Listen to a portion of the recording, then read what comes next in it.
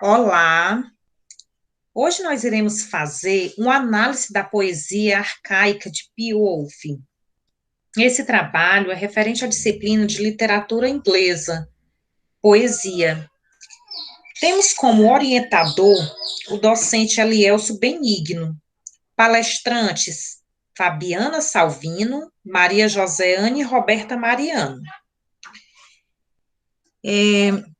Este trabalho tem como objetivo apresentar e discutir um dos poemas mais complexos em inglês antigo, Old English, Beowulf. Na história de Beowulf, podemos identificar vários traços de caráter que definem o herói anglo-saxônico, a saber, a lealdade, força física, coragem, bem como sagacidade e cortesia. E ao que tudo indica, gente, o manuscrito no qual Beowulf sobrevive é uma cópia de uma cópia mais antiga do poema, e não o testamento orlógrafo do autor. É bem provável que tenha existido diversas cópias anteriores, certo? O poema originalmente, ele poderia ter sido composto séculos antes da compilação desse único manuscrito. Gente, nessa época tinha vários autores desconhecidos. Assim, nós temos várias poesias dessa época, mas os autores, a maioria dos autores desconhecidos. E o poema, ele se divide em seções numeradas, que os anglo-saxões denominavam firsts, poemas, canções. É porque no período arcaico, os poemas, eles eram feitos não para ser declamado, mas eles eram passados ao público cantado, né? Geralmente cantado em rodas, né? E após os primeiros 52 versos, que podem ser considerados como prólogo, inicia-se a divisão em firsts, viu? Essa divisão em firsts só se inicia após os primeiros 52 versos. Após os 52 primeiros versos, o que digamos assim, esse começo em firsts? É normalmente marcado por uma letra maiúscula e proeminentemente convém acompanhado com um numeral romano, certo? Indicando o número de firsts. Espero que vocês tenham compreendido essa parte de firsts, que quer dizer, que após os primeiros 52 versos, vai vir os versos com a inicial maiúscula e normalmente ou proeminentemente acompanhado com o numeral romano, beleza?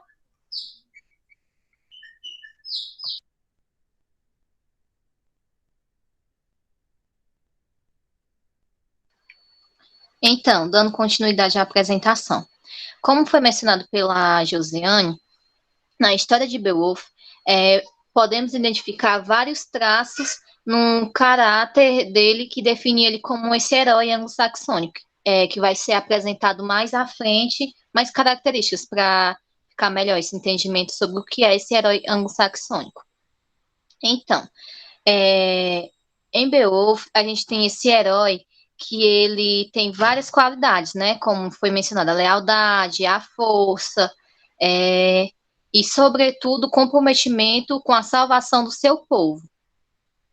Então, em Beowulf, a gente tem justamente isso. Nele é enfatizado a importância da lealdade, como se percebe na sujeição dele ao seu rei Halig, ao seu anfitrião e até aos próprios homens que trabalhavam com ele, né, aos cidadãos de Geras. Então, também podemos identificar nesse herói elementos que enfatizam justamente esse conflito que ele tinha, né? ele, ele tem é,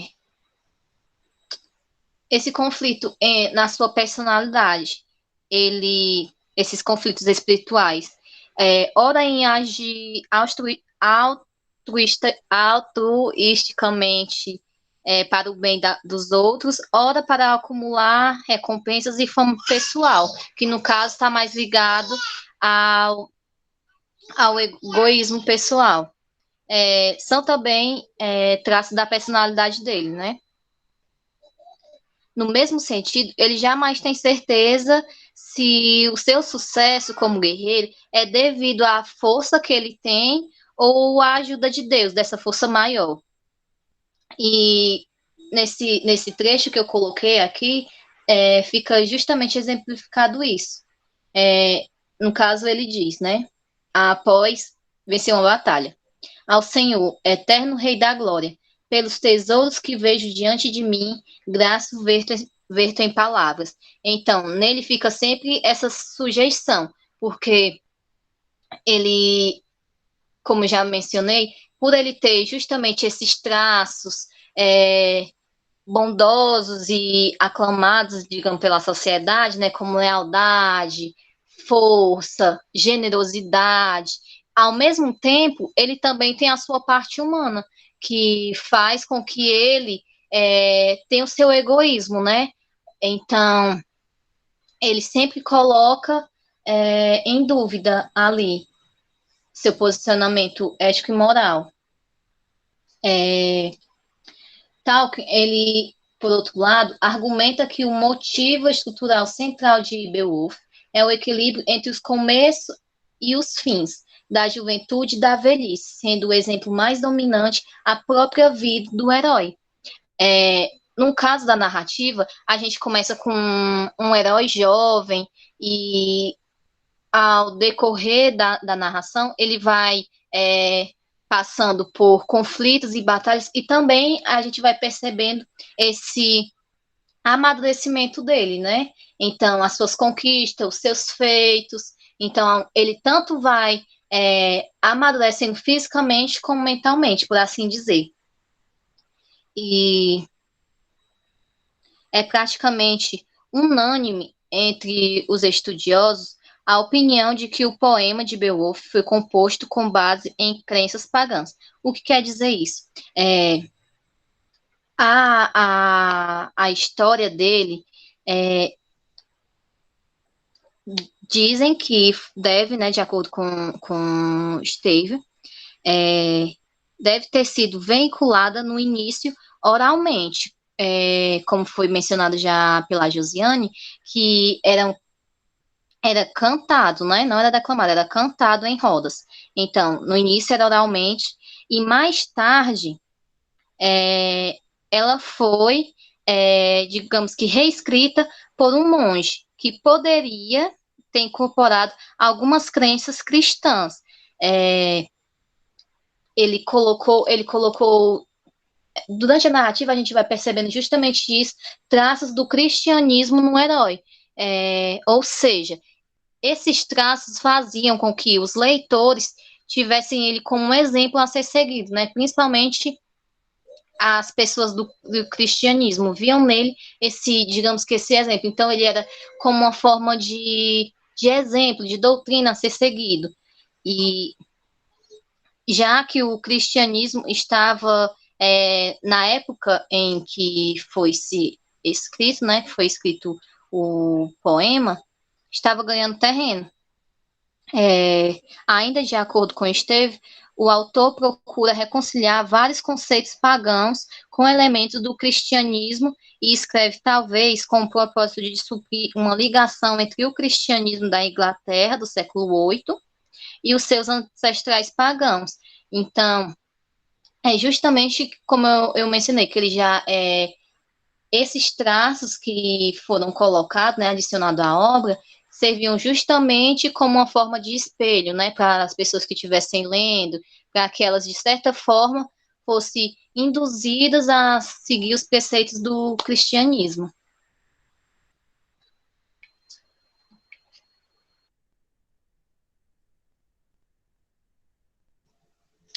Dando seguimento à Fabiana, né, vamos adentrar agora nos elementos cristãos e pagãos, né. O paganismo, né, o que seria esse paganismo, como foi comentado pela Fabi e pela Josiane, né.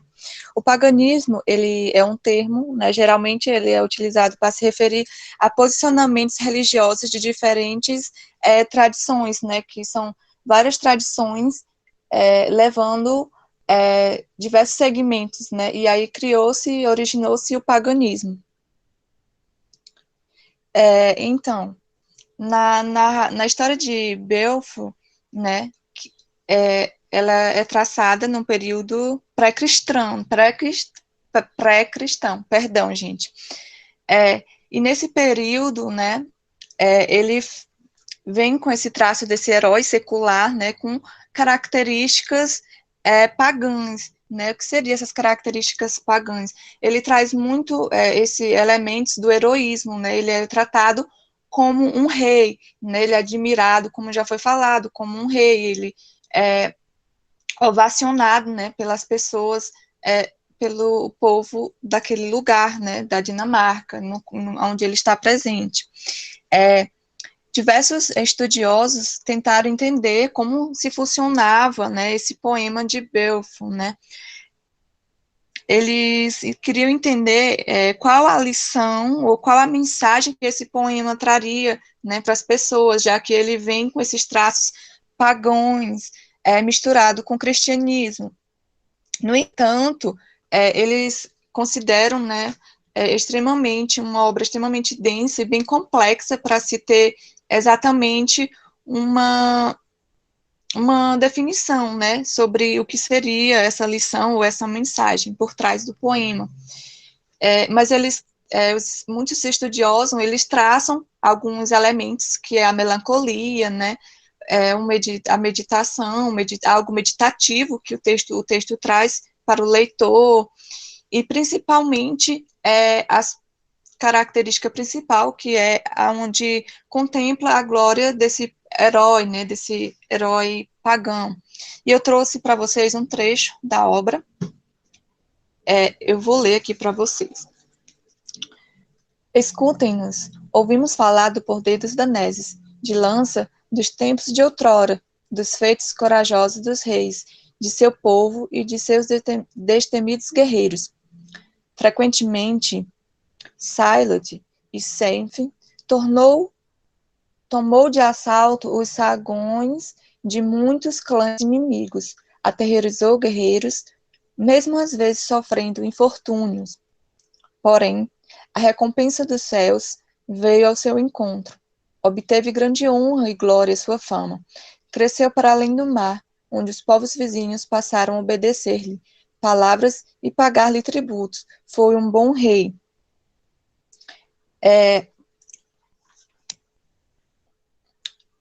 Gente, vocês notam, né, que o poema ele passa repetidamente mencionar os ancestrais lendários da linhagem real dos Danés, né, que é o Silod, Sifint. E aqui ele traz um menino rei, né, que ele é misteriosamente enviado por Deus, no caso Deus que ele fala aqui é o Deus do cristianismo, né, para auxiliar os daneses numa época muito conturbada que eles estavam vivendo ali, né, e esses descendentes dos Silodies, eles de fato eles existiram, né, no governo da Dinamarca, até num período anglo-saxão, entre 450 e 1666, por aí, né. E ao longo da história, né, da história do poema, Deus, né, o Deus do cristianismo, ele é referido constantemente de acordo com a vontade de cada personagem, como foi citado pela Josiane e pela Fabiana, e no qual ele é convidado, né, a ajudar esses personagens no texto, mas ele nunca se refere, tipo, com o Deus mesmo, assim, do cristianismo, Jesus, como a gente conhece, né? Ele sempre refere-se com mensagens que dá a entender que o cristianismo está ali presente.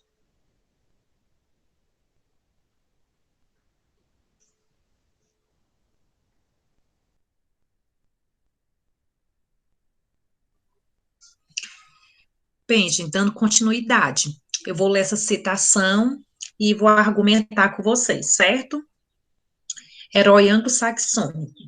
Segundo Pauling, a crença no herói sempre foi um tema social e político importante entre os povos germânicos, fossem eles cristão ou não cristão. Bem, gente, digamos que o herói para esse povo, vamos entender, o herói sempre foi visto e comparado a um Deus, né? Como a figura de um Deus, de um Cristo. Por quê? Porque, sem dúvida, atraía, digamos, muito os curiosos. Em que sentido? No sentido que vamos lá, vamos retomar. Porque qual foi mais ou menos o período? O período que ocorre, digamos assim, a poesia e o poeta que foi Bilfo. Foi mais ou menos pelo século VIII. E no século VIII, nós temos quem? Aquelas pessoas fortes, conhecido, que é o tempo dos anglo-saxões, né? E dos seus atos heróicos. Gente, e se é comparado ao, digamos assim, ao povo cristão, por quê? Porque eles eram fortes, eles tinham uma bravura, lealdade, tinham uma reputação, uma generosidade, né? Eram hospitaleiros. Gente, você encontra tudo isso em quem? Digamos, em um Deus que nós conhecemos que está acima da gente. E abaixo deles, quem era que eles contemplavam? Digamos, esses guerreiros anglo-saxões, né? É mais ou menos isso. Vocês entenderam? Espero que vocês tenham entendido. Complementando o que a Josi falou, né, continuando com a citação dela, as duas religiões dentro do poema, eles sempre vão andar com proximidade, né, as duas sempre vão estar entrelaçadas. No entanto, uma sempre vai ser exaltada, e quando ela for exaltada, a outra vai ser condenada, né, rebaixada. Aí, no caso, a gente tem o paganismo sendo exaltado, né, em várias partes do poema, ele está presente, esses elementos pagãos, principalmente num funeral, né, ele está presente no funeral. O rei, né, ele, como a Josi citou, ele tem muitos méritos, né? Principalmente quando no funeral. Se o rei morreu, ele tem que ter um funeral digno de um rei. E no caso, ele teve um funeral digno de um rei pagão, né? De um rei de outro mundo.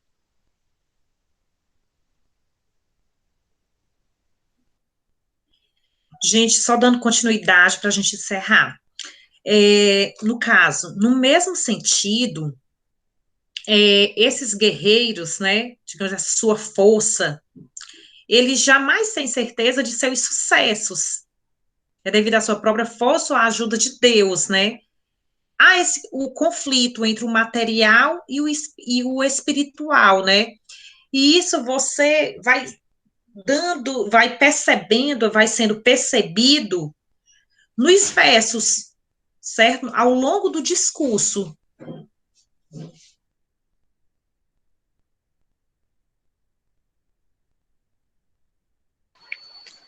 Então, continuando.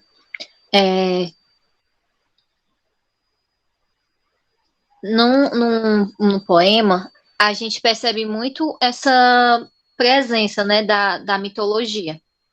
No caso, Beowulf, ele enfrenta, como já foi até citado no começo da apresentação, três grandes monstros. No caso, para alcançar aquele seu objetivo maior, a sua glória, como sempre tem nessa jornada do herói. Que no caso é o Grendel, a sua mãe e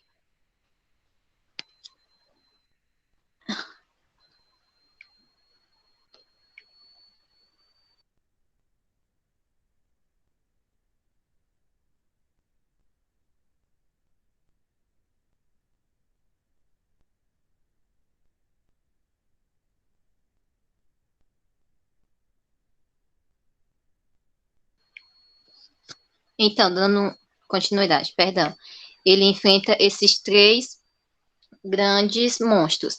Então, vamos começar debatendo mais um pouco sobre o primeiro, né? O primeiro monstro que ele vem a enfrentar vem a ser o Grendel. Ele, ele é identificado no poema como um demônio tenebroso. De acordo com a etimologia obscura, o nome Grendel tem sido interpretado como derivado de Grindel, triturar, ou está associado ao antigo norueguês, Grindio, que significa tempestade. Então, todas essas associações é, por estudiosos com o nome sempre dá essa ideia de uma coisa ruim, não tão agradável. Então, como eu já tinha falado, ele é o primeiro e mais importante adversário que o Beowulf ele enfrenta nessa jornada dele como herói. No caso, esse monstro, ele é habitante dos pântanos, onde habitam lá também, em conjunto com ele, outros monstros. Como esse verso que eu já tinha lido aqui, ele ele é descrito como um monstro tenebroso. Diz também que ele, em algumas situações, esse monstro, ele demonstra emoções e motivações humanas, apesar dele ser descrito como essa coisa ruim, assustadora, ele mesmo assim, em algumas situações, ele tem esse tipo de demonstrações. Tem também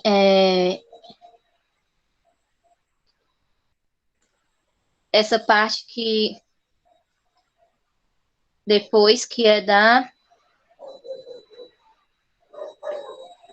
desculpa, tem outra citação aqui.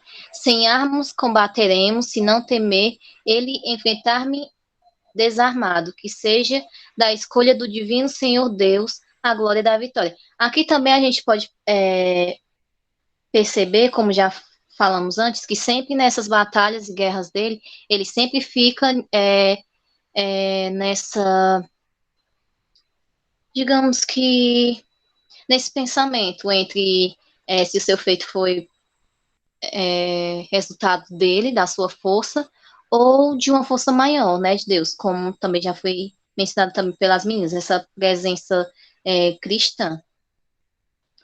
Como segundo adversário, ele tem a mãe de Grendel. Ela é identificada no poema simplesmente como a mãe de Grendel. Não, em nenhum momento é falado sobre, mencionado o nome dela. Então, essa mulher monstro, ela é identificada apenas como a mãe dele. Ela é caracterizada como tão feroz e perigosa quanto o filho. Depois da morte dele, ela busca meio que uma vingança da morte do filho. E tem apenas algumas descrições, né? Algumas descrições de quão tenebrosa ela era. Como essa parte que diz que ela tem um espantoso ato de agarrar. Só lembrando que essas citações, caso alguém ache meio estranho, é porque ela está escrita justamente por ela ser uma poesia arcaica, ela está escrita no inglês antigo, no Old English. Então, por isso que algumas palavras elas têm essa escrita meio incomum para a gente, né? Que hoje está mais habituada ao inglês moderno. Então, se fôssemos fazer buscando uma tradução mais aproximada, essa primeira frase trecho tem a tradução de um espantoso ato de agarrar, no caso, se referindo às garras dela. E no outro, como diz, continuando, dedos hostis ou abomináveis. Isso tudo nas traduções, né? Porque foram feitas várias. Como essa é um poema muito antigo, foi feita várias traduções do poema, tem até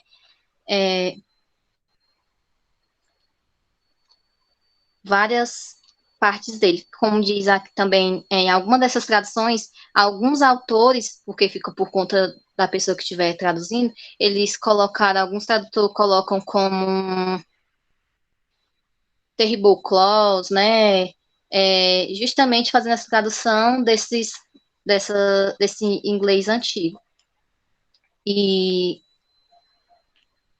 como terceiro elemento, o terceiro monstro que ele vem a enfrentar na sua jornada é o dragão. O dragão, ele é uma criatura com caudas de serpente, garras e asas. Seus ataques de surpresa pelas regiões resultam na batalha com o herói, que no caso vem ser a última dele, né? Então,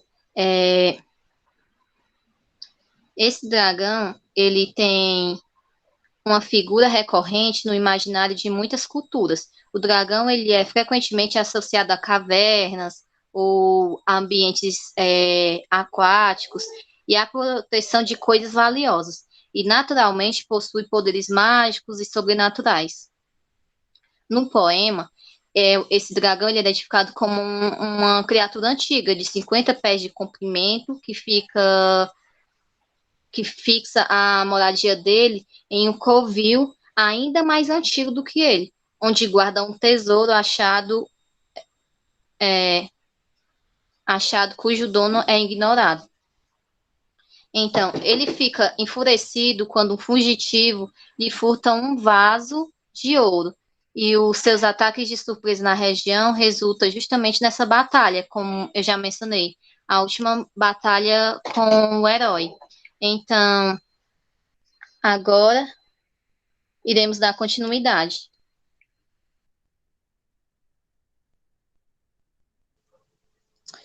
Agora vamos analisar as referências bíblicas no poema. Em Beowulf, né, há somente duas referências diretas a fatos da Bíblia. A primeira faz alusão ao poema de Caim, personagem do Antigo Testamento. Esse personagem do Antigo Testamento, ele é filho primogênito de Adão e Eva, né, que cometeu o primeiro assassinato por inveja. Aqui, a alusão se faz à história do monstro Grendel, né, quando a bordo da corte, alguém fala sobre a criação do mundo, né, então comparando a Grendel a Caim, o filho de Adão e Eva. A outra alusão é ao dilúvio de Noé, quando Hettinger está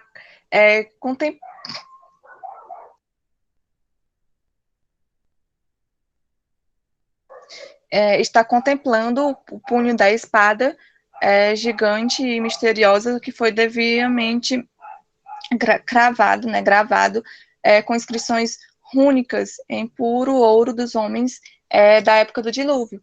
Portanto, pertencia a Grendel, né, aquela espada, que era descendente de Caim. Ambas essas passagens, elas se encontram em Gênesis 4:17, capítulo 4, versículo 17 ao 24, o capítulo 7, entre o versículo 1 a 24. Eu vou ler para vocês, né, um trecho que eu trouxe, onde faz alusão ao dilúvio. Horus falou: olhou austero, de punho da espada das gerações, onde estava gravada da origem da antiga discórdia, como dilúvio, exterminará uma raça de gigante, com as enormes ondas do mar. No caso aqui, né, ele está falando da espada, né, que essa espada pertence a Grendel, né, e se ele usar essa espada, ele vai ter esse poder de exterminar gigantes, né, de conseguir vencer uma guerra, vencer a luta. E esse discurso dele, né, traz muito o tema, como já foi mencionado, do orgulho, né, que tem dentro da existência humana, da moralidade também, né, que está presente nas características humanas.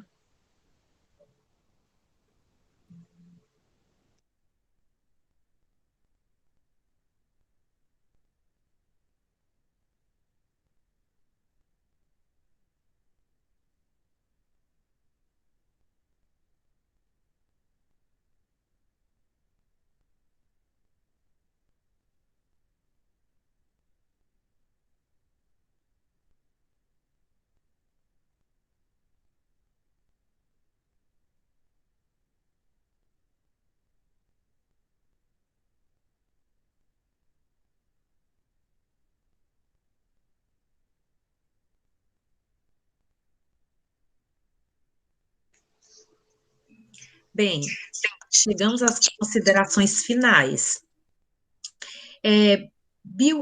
Beowulf é o primeiro texto em língua inglesa que temos registrado. O mesmo se originou do inglês anglo-saxão, popularmente conhecido como inglês arcaico, ou seja, o nosso inglês atual.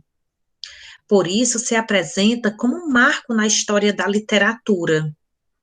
Mas, como vamos recordar, como já foi colocado, ele Beowulf é um texto que passou por diversas traduções, certo? Espero que vocês lembrem. E vários autores, teve vários, digamos assim, foram escritos diversas vezes. Acredito que muitos escritos, muitas coisas originais ficaram, né, perdidas. Só isso, complementando as palavras da Josiane. Como ela já mencionou, esse poema passou por inúmeras traduções. E, como já foi dito antes, no início ele era cantado em rodas. E então, por ele ser cantado, então teve que ter tido a primeira pessoa a ir lá e passar o poema escrito. Por isso, não se sabe quem é realmente o autor dele, né? Por ter sido antigo e justamente por ele ser o primeiro, por ele ser o primeiro texto em inglês, né?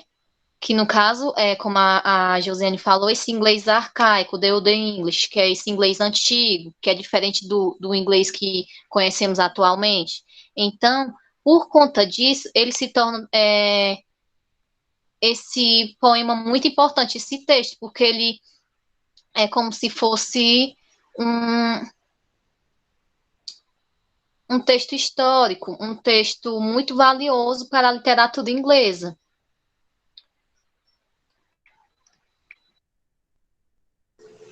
Outra característica também importante na obra é que, apesar dela contar essas histórias de heróis, né, dos povos germânicos, ela traz essa convenção dos povos anglo-saxão ao cristianismo, né, ele traz essa relação entre os povos pagãos começando a se converter para o cristianismo, né, que é algo também muito interessante.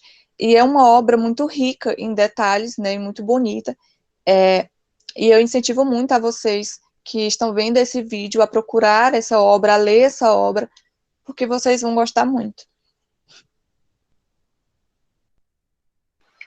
Isso, como a Roberta falou, além dela ser uma obra de um grande peso histórico, ela também traz essa história que já é muito, digamos que conhecida, que é a saga de um herói, e principalmente nele traz esses traços cristãos, que são justamente,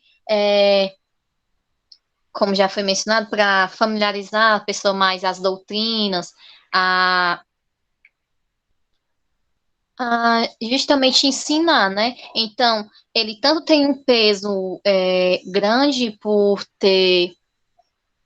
ser esse primeiro texto em inglês, quanto pela história em si, quanto pela mensagem que ele passa, e por ser justamente uma história que vale a pena ter conhecimento, entrar em contato. Então, essa foi a nossa apresentação. Essas são as referências bibliográficas e agradecemos pela atenção de todos. Obrigada.